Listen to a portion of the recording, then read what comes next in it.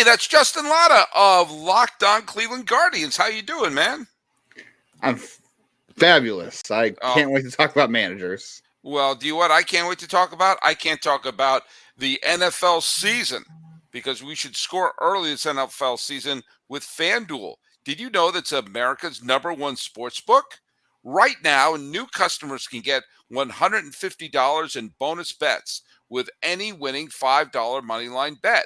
That's $150 if your team wins. If you're thinking about joining FanDuel, there's no better time to get in on the action. The app is so easy to use. There's a wide range of betting options, including spreads, player props, over-unders, and more. So visit FanDuel.com/lockedon and kick off the NFL season. FanDuel is a proud sponsor of the National Football League.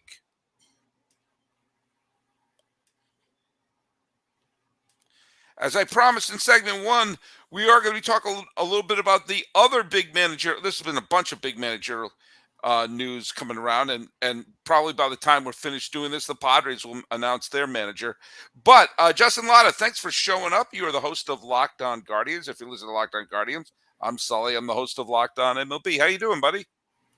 Doing good. I'm finally glad that the carousel is over for most teams, and feels like we were waiting on this one forever. The Craig Counsell thing really threw a wrench into all this. Oh yeah, I mean, as we talked about in segment one, that was just a whiplash. But the Cleveland, we all knew that they were going to get a new manager, not because of a firing, but because Terry Francona is riding his horse off into the sunset. The next time we see Francona, he is going to be getting ready to be making his Cooperstown speech. Deservedly so. Multiple manager of the year, multiple World Series championships, multiple pennants, remarkable career he had, and beloved figure in both Boston and in Cleveland. And huge shoes to fill in Cleveland. Now, when Francona left Boston, they initially brought in Bobby Valentine, which was I don't know if you ever saw images of the Hindenburg disaster, but it was eerily similar to Bobby V's. But then John Farrell eventually won a World Series, and Cora won a World Series, each in their first year as manager of the Red Sox. Which maybe thinks the Guardians, old habits. The Guardians should hire Bobby Valentine, but No. Stephen Vogt's coming in. Before I hear your take on Stephen Vogt, which is a strange. I have no doubt he's a really good baseball mind. I mean, I never understood why it wasn't Sandy Alomar Jr.'s job to have after all those years in the coaching staff, and obviously a baseball IQ off the charts, super respected player and beloved Cleveland figure, and briefly was an interim manager. I never understood why it wasn't his job to lose, but evidently they have other thoughts. So the Stephen Vogt era has begun. Tell us your thoughts on this. Sure. Really quickly, the Sandy Alomar thing, to your point there, he declined to interview this year. He's declined I didn't know that. Oh, okay. Well, there you go. That shows you what I know. Yeah, he had not interviewed for any of those jobs in a while, so I think he's kind of comfortable where he is. We'll see where he lands. He's going to stay in the organization in some capacity. Maybe he has the role was already in. Not sure yet, but it will be interesting. There is expected to be a lot of continuity on Stephen Vogt's staff. I mean, like you said, this is a very big difference from Terry Francona in terms of experience. That guy came in, he found Cleveland. Cleveland didn't find him. They got very lucky that he forged relationships with the front office years ago. But Vogt's got a very similar personality. Players really like him. He's very well respected, not afraid to have tough conversations with players throughout his career. Obviously very funny, can relate to a lot of people. There's been a lot of praise. I mean, they're going to have a honeymoon phase like anybody, right? Right now, everyone's saying, "Oh, this guy's a great fit for the job." Everybody thought he was going to be a manager when his playing days were done. We'll see what happens on the field. He's very inexperienced. He only has 1 year of coaching in Major League Baseball. He was the Mariners bullpen coach last year and their quality control coach. I do think there's an interesting mix here. He does have a personality very reminiscent of Terry Francona, a very similar journey. I know Francona was a high draft pick and Vogt was not, but he ended up being a journeyman player. They both did, that were injured a lot and funny. And and whatnot. I do like that Vogt does have experience with the quality control situation. That does a role that lends itself to trying to delegate and explain information that comes from the front office, and a lot of times involves advanced stats and scouting. So that's a good, component to have to the job. We'll see what happens. I mean, like I said, it's a lot of inexperience. He's going to have to grow into it. But Kevin Cash came from a similar situation as well. He was the Cleveland bullpen coach for 2 seasons under Francona before going to Tampa Bay, and he's become one of the best managers in Major League Baseball.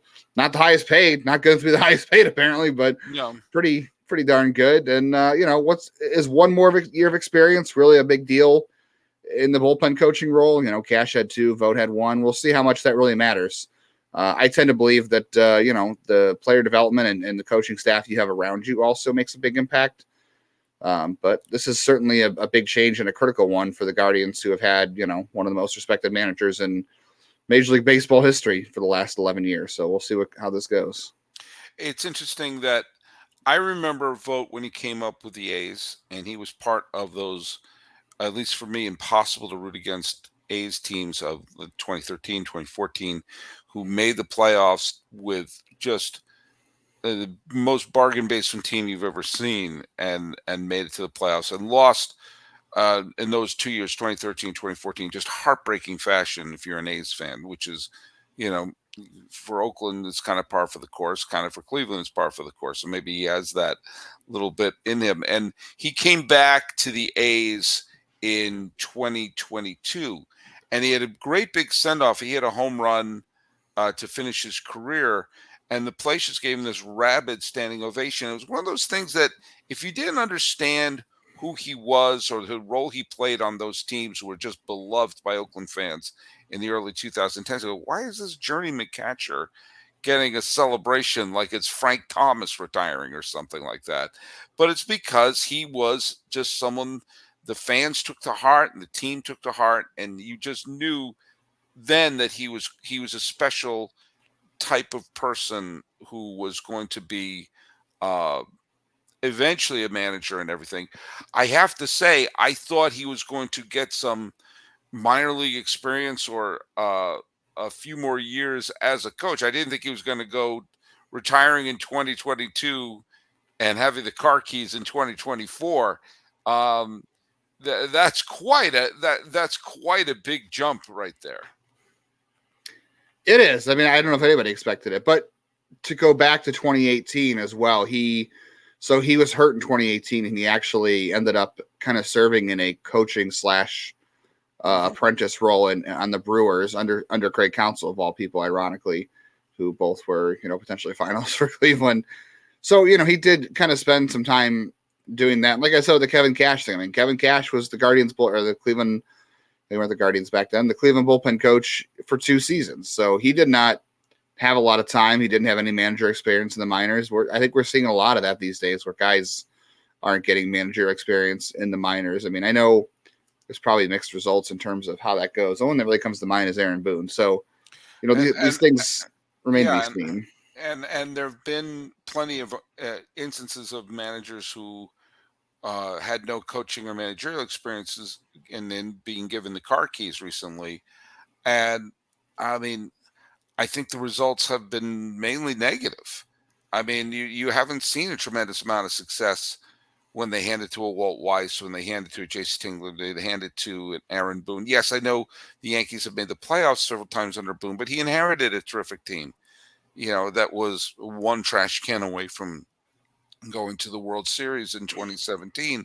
And I'm sorry. I mean, this is, I'm not, this is not going to be a Yankee bashing thing. And I think that Cashman is more to blame for the fall to mediocrity in the Bronx. But Boone has lasted longer than any manager since the Yankees' first championship without winning a pennant himself in their history, going from Miller Huggins through Joe Girardi. This is the longest someone has gone without winning a pennant as a Yankee manager. He's beaten Buck Showalter in that, and we've seen the Yankees aren't getting better under his watch. But anyway, this is not Aaron Boone. I mean, uh, there is an element though of Aaron Boone. Aaron Boone was very liked, good interview, good guy on the media, and so there was a sense that he was going to be this insanely likable manager. Obviously, Vogt is a great interview, very funny, and was an all-star, was a talented player. It wasn't like he wasn't he this is not a Bob Uecker situation. But I mean, we're seeing the advantages of the ins and outs of having someone at least with minor league experience being you're seeing the last bunch of managers who've won the World Series. Obviously you have veterans like Bochy and Dusty Baker. Snitker was a minor league manager for a grillion years. Dave Roberts was on a bunch of coaching staffs before and an interim manager before coming to Los Angeles. Dave Martinez was, part of Joe Maddon's squad.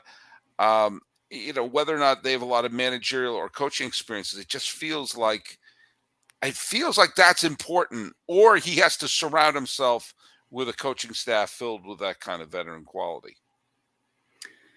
Yeah, I would agree. I think, like I said before, I think that having the staff around you has as much of impact as the manager does. I mean, at the end of the day, the manager, it's not like, anything else in life and jobs is, can you get the people that you're managing and trying to herd together to buy into what you're saying? Can you get them to buy into what the direction you want to go in and how you want to achieve that direction? Yeah, there's certainly an element of needing to do that in the minors. But I think also in the minors too, as a manager, like you're managing a team, but let's not forget in the minors, everything's about development. I think there are some organizations that do sort of prioritize winning in the minors. I think the Dodgers do, but most minor league, organizations are really prioritizing development in those players. So how much managing do you really get to do? You know what I mean?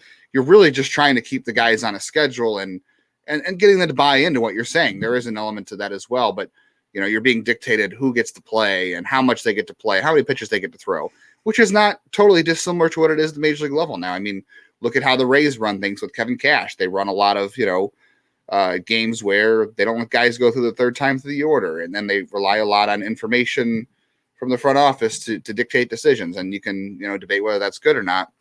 But that's kind of how the game is run sometimes. And Cleveland's not dissimilar in that way either. And yeah, who you surround yourself makes as much of a difference. And also, I think you also have to believe there's an element of talent in there too. This is a young Guardian squad, right? They're a very young team. So maybe they'll relate just as well to a young manager. I mean, Terry Francona has the ear of everybody, right? Because he's Terry Francona. Maybe they'll relate better as well to a young manager without the experience. At the end of the day, I think also it matters just how much talent you have, how far they're going to take you.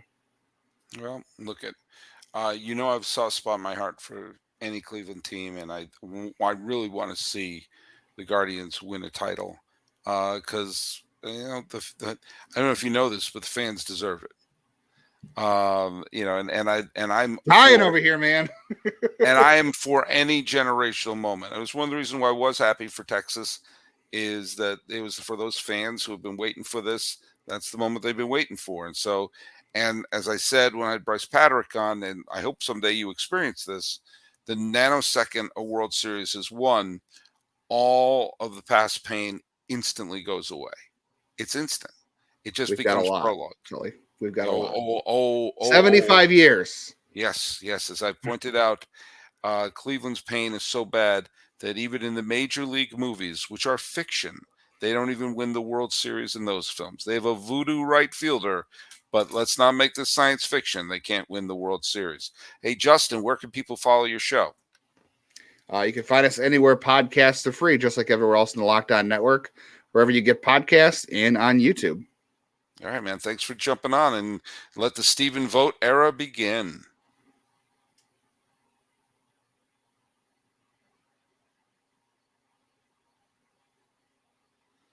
All right, man. Let me send this